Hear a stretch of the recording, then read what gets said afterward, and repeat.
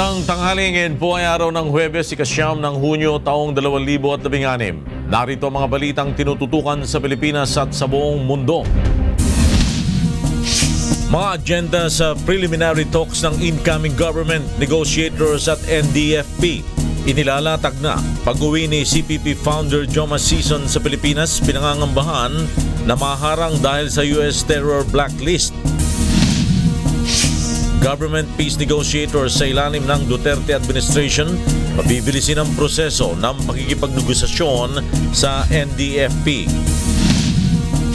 Seguridad sa West Philippine Sea tatalakayin sa taunang Air Force Symposium. Former world number 1 Maria Sharapova pinatawan ng 2-year ban ng International Tennis Federation. At Cleveland Cavaliers tinalo ang Golden State Warriors sa Game 3 ng NBA Finals. Sa ating mga balita ngayon tanghali, inilatag na ang mga agenda sa peace talks ng government negotiators at National Democratic Front of the Philippines o NDFP. Samantala, posibleng hindi pa makauwi sa Pilipinas si Communist Party of the Philippines o CPP founder Joma Sison dahil kabilang ito sa US terror blacklist. Mula sa Davao City, may report si Nel Maribuhok live. Yes, Nel? Lord, nakahanda na ang incoming government negotiators at kampo ng National Democratic Front of the Philippines o NDFP para sa preliminary talks na isasagawa sa Oslo, Norway ngayong buwan. Kabilang sa pupunta sa Oslo, Norway ay ang incoming Presidential Advisor on the Peace Process, Jesus Duresa, at incoming Department of Labor and Employment at negotiator na si Silvestro Bello III.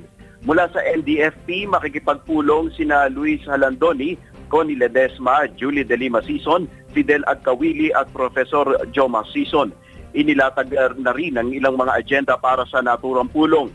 Ayon kay NDFP spokesman Fidel Agkawili, ilan sa mga agenda sa pagpupulong ay ang tungkol sa pagpapatuloy ng peace talks kalinsabay ng pagkilala sa mga nakaraang nalagdaang kasunduan, pagbibigay ng general amnesty sa mga political prisoners, posibleng pagkakaroon ng kasunduan na interim mutual ceasefire at pagpapabilis ng peace negotiations.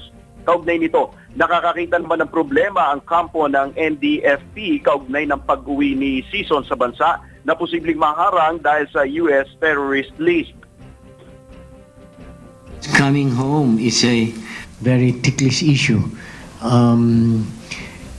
First of all, the U.S. has again come up with the statement that they have put the CPP and the NPA in the terrorist list. That really poses a problem. Ang pag-uwi ni Sison sa Pilipinas ay ipinangako ni President-elect Duterte, kaugnay na rin ang pagpapatuloy sa usapang pangkapayapaan sa NDFP. Floor? Nel Maribuhok, nagulat mula sa Davao City. Pabibilisin ng government peace negotiator sa ilalim ng administrasyon ni President-elect Rodrigo Duterte ang proseso ng negosasyon sa National Democratic Front of the Philippines o NDFP. Mula sa Malacanang, may report si Rosalie Cos live. Yes, Rosalie.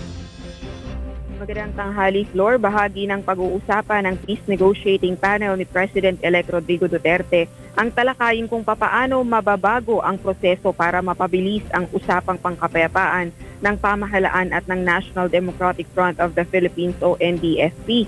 Ayon sa chairman ng peace panel negotiator na si incoming Labor and Employment Secretary Silvestre Bello III, kabilang sa tatalakayin ng pag-fast track sa peace process dahil matagal nang mabagal ang proseso. Ganon din ang issue sa tigil putukan at pagpapalaya sa mga political detainee.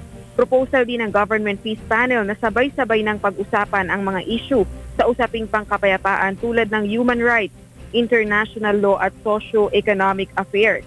Nakatakdang dumalo kapwa ang Peace Panel ng Government at NDFP sa isang humanitarian dialogue sa Oslo, Norway, kaya sinamantala na rin ng mga itong pag-usapan ang proseso ng peace talks ng pamahalaan at makakaliwa. Ayon kay Bello, tinatayang 3 araw ang kanilang paglalagi sa Oslo, Norway, depende sa magiging pag-uusap nila. Floor? Rosalie Cos, nagulat mula sa Malacanang. Tatalakayin sa taunang Air Force Symposium ngayong araw ang mga hamong kinakaharap ng bansa tungkol sa seguridad sa West Philippine Sea. Mula sa Pasay, may report si Darlene Basingan. Live.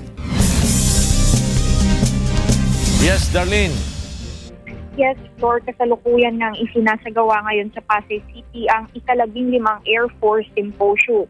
Kaninang umaga, ipinaliwanag ng mga guests mula sa iba't ibang defense aircraft and equipment supplier companies ang mga kakayahan ng kanilang mga kagamitan.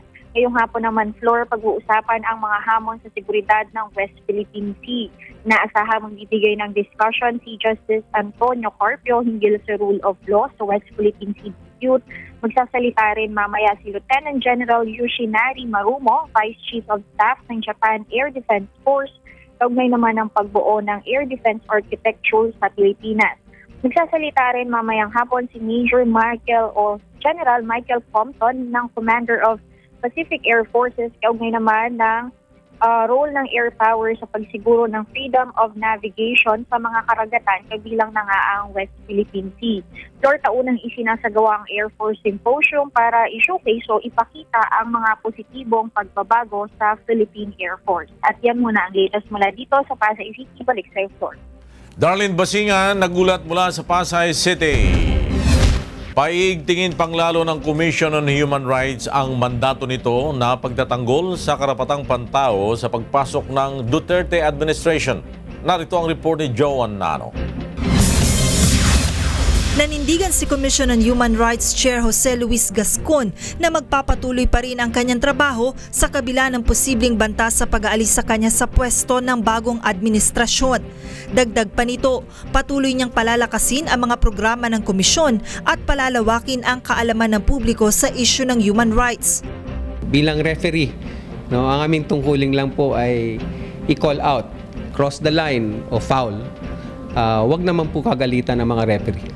Apela ng CHR sa Duterte administration, mas makabubuti na gumawa ng mga programang hindi makadaragdag sa mga kaso ng pang-aabuso at patuloy na isulong ang karapatang pantao. Kung magkakaroon po tayo ng kultura ng karahasan ay maaring yung hangad natin na law and order ay mapalitan ng lawlessness and fear. Sana yung mga gagawin nilang programa ay sang-ayon sa karapatang pantao at hindi makadagdag sa mga pang-aabusong nakikita na natin. John Nano, UNCV News Worldwide. Hindi haharangin ng isa sa kandidato ng minority leadership ng 17th Congress ang mga certified urgent bill na isusulong ni President-elect Rodrigo Duterte. Mula sa Quezon City, may report si Grace Casin, live. Yes, Grace? Flor, nakahandang suportahan na nagbabalik na kinatawan ng Quezon Congressman Danilo Suarez ang mga priority bills na isusulong ng Duterte administration. Si Suarez ay isa ngayon sa mga tatakbong minority leader sa darating na 17th Congress sa lower house. Ayon kay Suarez, una na siyang nagpaabot ng suporta kay President-elect Rodrigo Duterte nang magpulong sila noong isang araw sa Davao City. Kabilang sa mga panukalang batas na agad isusulong sa pagbubukas ng susunod na kongreso ay ang pagbuhay sa death penalty. Binigyan din ni Suarez na napapanahon na ito dahil 70 hanggang 80% ng mga inmates sa bansa ay dahil sa kasong may kinalaman sa droga. Sa pagtaya ni Suarez, 80% ng mga kongresista ang susuporta rito, kabilang na siya. At sa loob lamang daw ng 3 buwan, kaya itong ipasa sa Kamara. Subalit, ang Makabayan Bloc na napapabalita ang sasama na rin sa administrasyon, hindi sang-ayon sa death penalty. Maliban sa kontrobersyal na panukalang batas sa parusang kamatayan, isusulong din ay ang federalism at ang paglilimita sa bilang ng anak sa bansa. Samantala sa ngayon, si Suarez at si House Speaker Feliciano Belmonte Jr. ang nagpahiwatig na nais maging minority leader. Subalit pagkatapos ng pakikipagpulong ni Belmonte kay President-elect Duterte sa Davao City, hindi pa nito sinasagot kung mananatili pa rin siya sa Liberal Party o babalik na sa kanyang orihinal na partido, ang PDP laban. For Grace Casin, nagulat mula sa Quezon City. At sa iba pang mga balita, base sa sinumating Statement of Contributions and Expenditures o SOSE, si Senator Grace Poe ang may pinakamalaking gastos sa mga tumakbo sa Panguluhan at si Congresswoman Leni Robredo naman sa pagka-vice-presidente. Narito ang report ni Victor Cosare. Bago matapos ang deadline ng Commission on Elections kahapon, naisumite ni na Vice Presidential Candidates Bongbong Marcos, Chis Escudero, Gringo Honasan, Antonio Trillanes IV, Alan Peter Cayetano at Vice President-elect Leni Robredo ang kanilang ulat ng tinanggap na kontribusyon at gastos sa pangangampanya. Batay sa Statement of Contributions and Expenditures ng 6 na kandidato, si Honasan ang may pinakamababang natanggap na kontribusyon at gastos sa pangangampanya, habang si Robredo naman ang nakatanggap ng pinakamalaking campaign contribution na umabot sa 423 million pesos. 418.66 million pesos naman ang kanyang ginastos sa kampanya na pinakamalaki din sa mga tumakbong vice presidente. Sa mga kumandidatong pangulo naman na nakapagsumite ng SOSE, si Miriam Defensor Santiago ang nakapagtala ng pinakamababang tinanggap na kontribusyon at gastos na umabot lang sa mahigit 74 million pesos. Pinakamalaki naman ang tinanggap na kontribusyon ni Poe na nasa 511.95 million pesos, habang pinakamalaki din ang gastos niya sa kampanya na umabot sa 510.8 million pesos. Pumapangalawa si Vice President Jejo Marbinay na gumastos ng 463 million pesos. Si President-elect Rodrigo Duterte ay tumanggap ng kontribusyon na aabot sa 375 million pesos.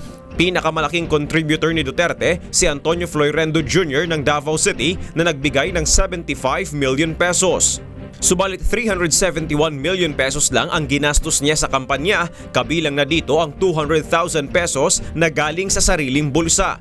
Hindi naman nakapagsumite ng SOSE si Liberal Party Standard Bearer Mar Rojas. Batay sa rules, ang kandidato, nanalo man o natalo, na hindi makapagsumite ng SOSE sa unang pagkakataon ay pagmumultahin mula 10,000 hanggang 30,000 piso, habang ang hindi tumupad ng 2 o higit pang pagkakataon ay maaaring madiskwalipika na sa pagtakbo sa mga susunod na halalan. Kung pagbabatayan naman ang datos sa SOSE, pasok sa campaign expenditure limit para sa presidential at vice presidential candidate ang mga ito, na dapat ay hindi lalagpas sa 550 million pesos o 10 piso lang sa bawat botante. Subalit dadaan pa sa pagsusuri ng COMELEC ang mga isinumiting dokumento. Aabot naman sa mahigit 1.1 billion pesos ang kabuuang ginastos sa pangangampanya ng mga kandidato sa pagka-vice presidente. Pumalo naman sa 1.4 billion pesos ang sa mga tumakbong pangulo, subalit hindi pa kabilang dito ang ginastos ni Rojas. Victor Cosare, UNTV News, Worldwide. Nagsagawa ng counting at consolidation sa mga tauhan ang PNP Police Security and Protection Group na nagsilbing security sa mga kandidato nito nakalipas na eleksyon. Mula sa Camp Crame, may report si Leia Ilagan live. Leia. Magandang tanghali sa iyo, Lakay. 800 tauhan ng Police Security and Protection Group ang nirecall na matapos ang election period kahapon.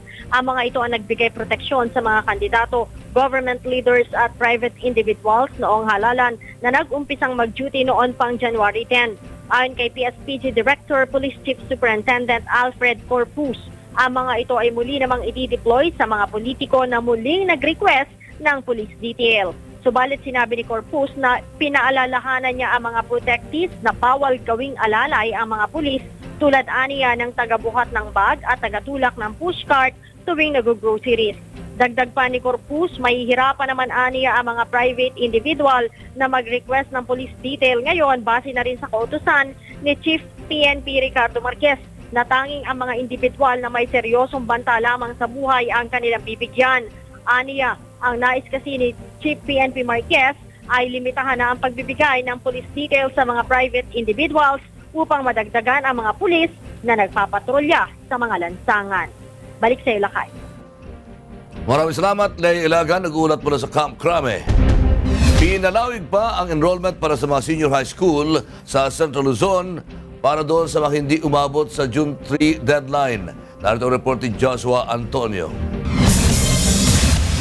Extended ang schedule ng enrollment para sa mga papasok sa senior high school sa Central Luzon ngayong school year. Ayon kay Regional Director Malcolm Garma, tatanggap sila ng mga enrollee sa Central Luzon hanggang sa katapusan ng buwan ng Hunyo.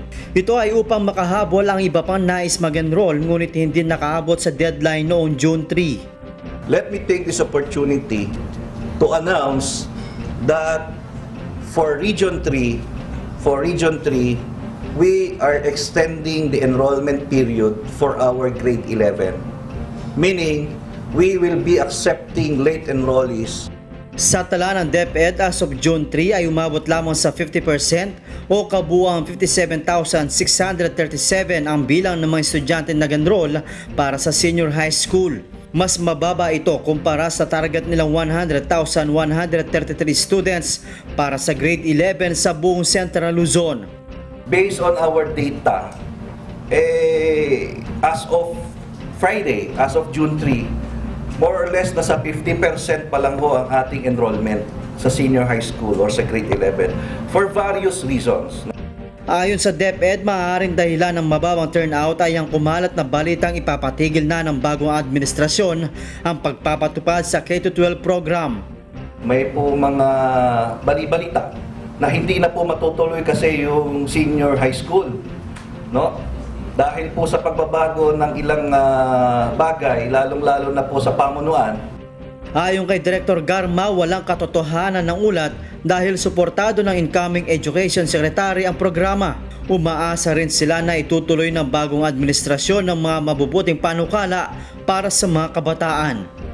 Joshua Antonio, UNTV News, Worldwide. Mahigit 1,000 mga tauhan ng Metropolitan Manila Development Authority ang i-deploy sa pagsisimula ng klase sa Lunes. Mula sa Makati City, may report si Mon Ocson live.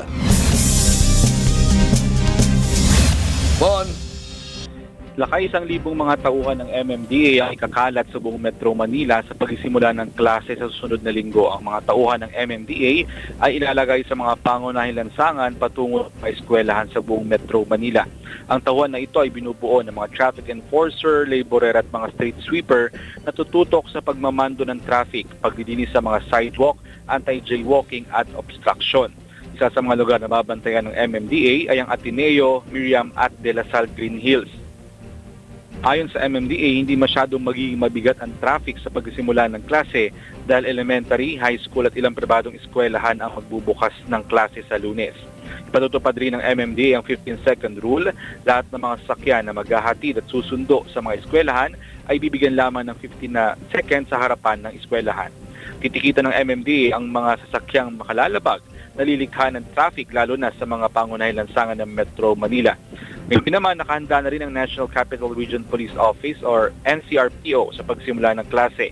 18,000 mga pulis ang ikakalat ng NCRPO sa Metro Manila upang mangalaga sa seguridad ng mga estudyante na papasok sa mga eskwelahan. Okay? Maraming salamat, Mon Ocson. Nag-uulat mula sa Makati City.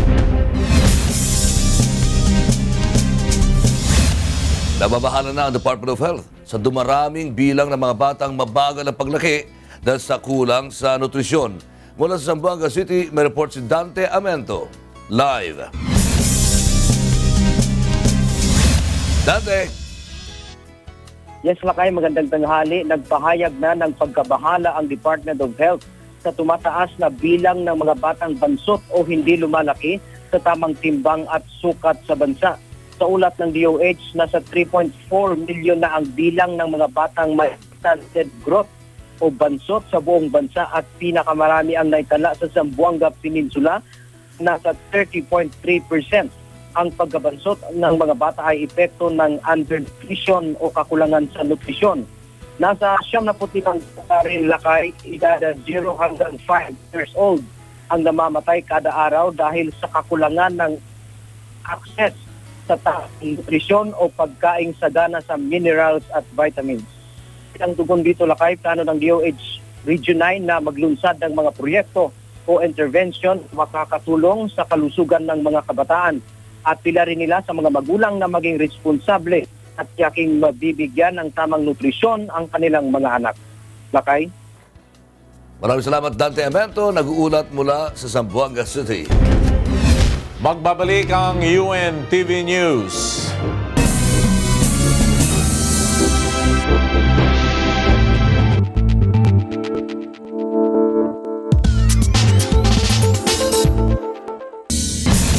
Sa pagpapatuloy ng UNTV News, Makakaranas ng mga pagulan ng ilang lugar sa Luzon dahil sa southwest monsoon o habagat. Alamin natin ang iba pang detalye sa lagay ng panahon mula kay Ray Pelayo. Ray?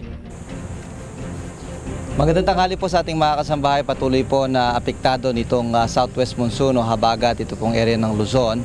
Kaya sa forecast po ng Pag-asa, makulimlim pa rin ang magiging panahon sa may area po ng Ilocos Region, Cordillera, Cagayan Valley at mga lalawigan po ng Zambales at Bataan.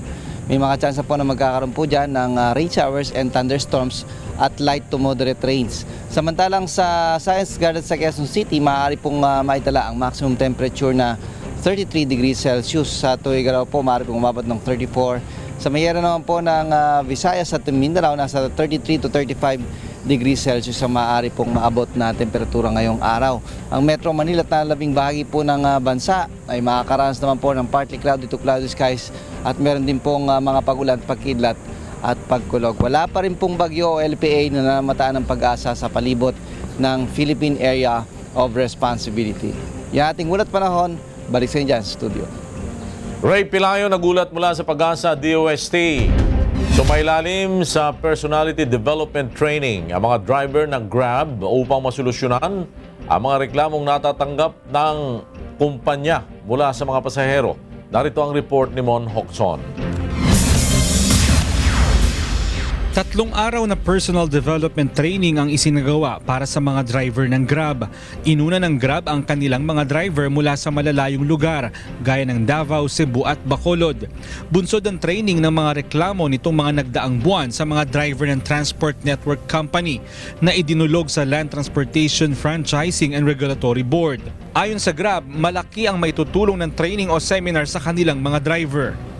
Siyempre, pag nag-pick up sila ng passengers, they know how to talk properly and they know how to communicate where they are or what time they'll be picking up the passengers. Ituturo sa 3 araw na seminar ang grooming, basic English at communication skills. Tuturuan rin ng first aid ang mga Grab driver upang mabilis na makaresponde sakaling magkaroon ng emergency ang kanilang pasahero. It would be very important for our drivers to know how to respond to unforeseen circumstances. Ikinatuwa naman ng ilang driver ang ginawang training ng Grab sa kanila.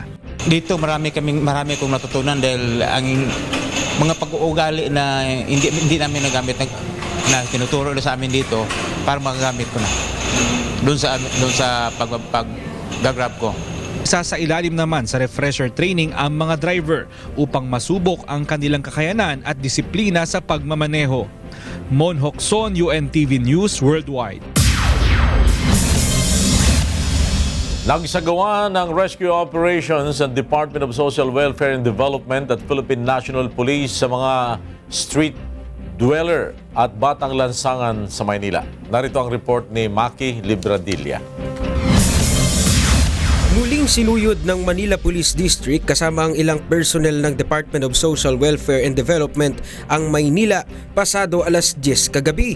Nagsagawa ang mga ito ng rescue operations. Pinagdadampot ang mga street dweller, mga menor de edad at mga batang pakalat-kalat sa kalsada pagpatak ng alas 10 ng gabi.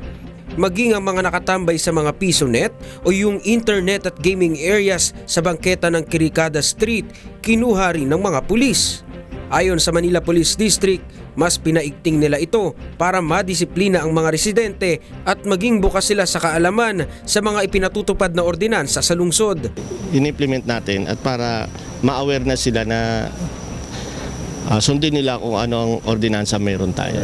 Sa kabuuan, 34 ang dinampot ng mga pulis, kabilang ang mga nagiinuman sa kalsada, mga walang pang-itaas na damit, nagsusugal at mga taong lansangan. Ikinatuwa naman ng DSWD na sa ilang beses na operasyon sa lungsod ay mas nangaunti na ang nahuhuli nilang lumalabag sa mga ordinansa. So nakikita natin yung mga taong nasa kalye, unti-unti nawawala na.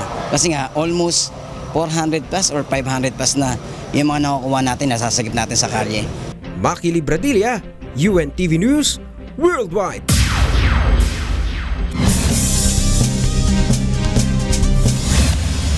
Apat ang nasuwi at 6 ang nasugatan sa shooting incident sa Tel Aviv, Israel.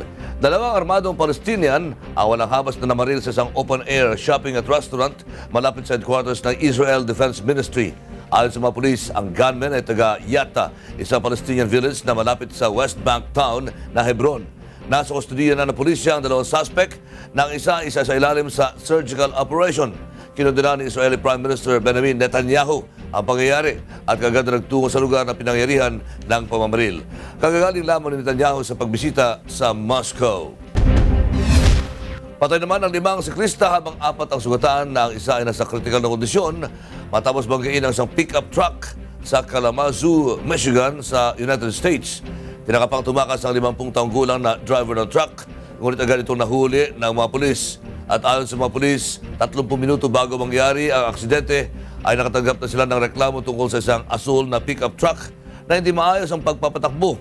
Nabatid na magkakasamang nagbibisikleta ang mga matatandang siklista sa northbound ng Northwest Neds Avenue nang mabundol ng pick-up truck. Hindi muna inilabas ng pulisya ang mga pangalan ng mga biktima at driver ng pick-up truck. 3 pasahero ang nasuwi at 9 ang sugatan sa banggaan ng 2 tren sa Belgium. At ayon sa Belgian Railways SNCB, pinangga ng isang passenger train ang likuran ng isang freight train na naging dahilan ng pagkakadiskril ng 6 na bagon nito. 40 pasahero ang lula ng passenger train. Agad namang responde ang mga lokal na emergency units at reinforcements sa naganap na banggaan ng 2 tren.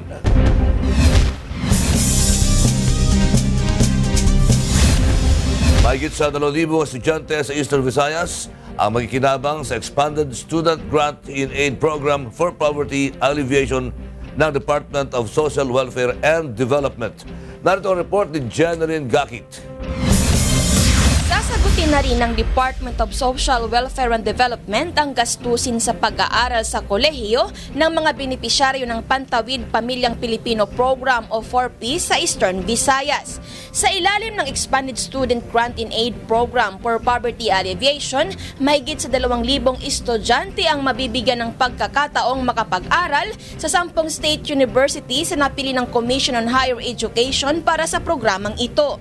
Ayon kay DSWD Regional Director Risty Makuto, hindi kailangang matalino ang isang estudyante para mabigyan ng grant basta't pasado sila sa pagsusulit at determinadong makatapos ng pag-aaral. CHED ang nag-allocate. So kung ano i-allocate sa amin, yun lang ang aming tatanggap. Sa school ang bayad, tapos ang school na ang mag-release doon sa beneficiary. 30,000 pesos ang pondo ng DSWD sa bawat educational grantees para sa buong school year. May validation at background check naman silang ginagawa upang matiyak na qualified at nagmula sa mahihirap na pamilya ang mga aplikante. Kapag nakapasa sa requirements, babantayan naman ng DSWD ang mga grantee na nabigyan ng pondo upang masigurong sila ay nag-aaral.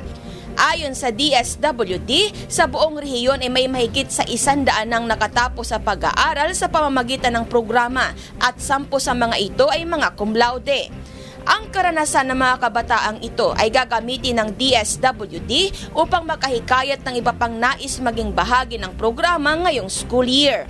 Samantala, nananawagan naman ng DSWD sa iba pang ahensya ng pamahalaan na gumawa ng mga proyektong lilikha ng mga trabaho para sa mga benepisyaryo ng Grant in Aid programs upang magpatuloy ang pagbabago sa kanilang buhay pati na ng kanilang pamilya. Pinapasubmit na namin sa ng mga resume at application para maka-pipeline, maka-line up doon sa aming mga vacancy kasi meron kaming mga cost of service na mga yung parang contractual. Nagre-resign kasi nakakuha ng ibang trabaho, so may replacement kaagad. Mula sa Tacloban City, Jeneline Gakit, UNTV News, Worldwide.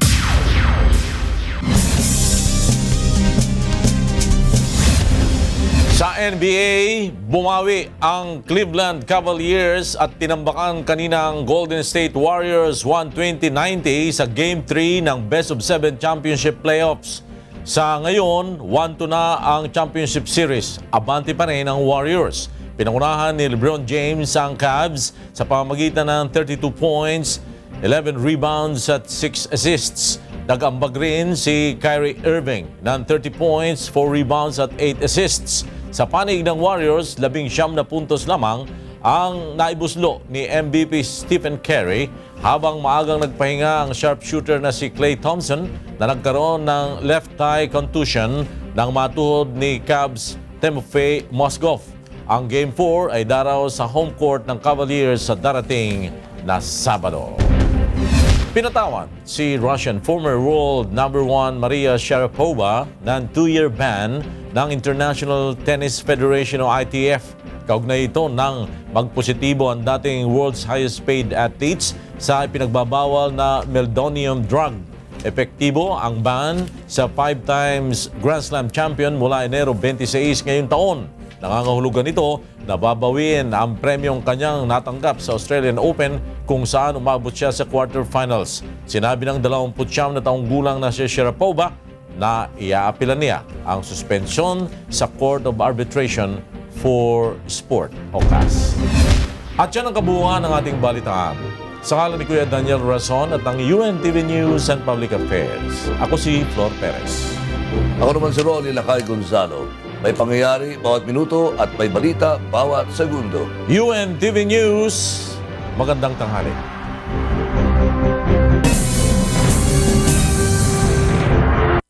UNTV News would like to thank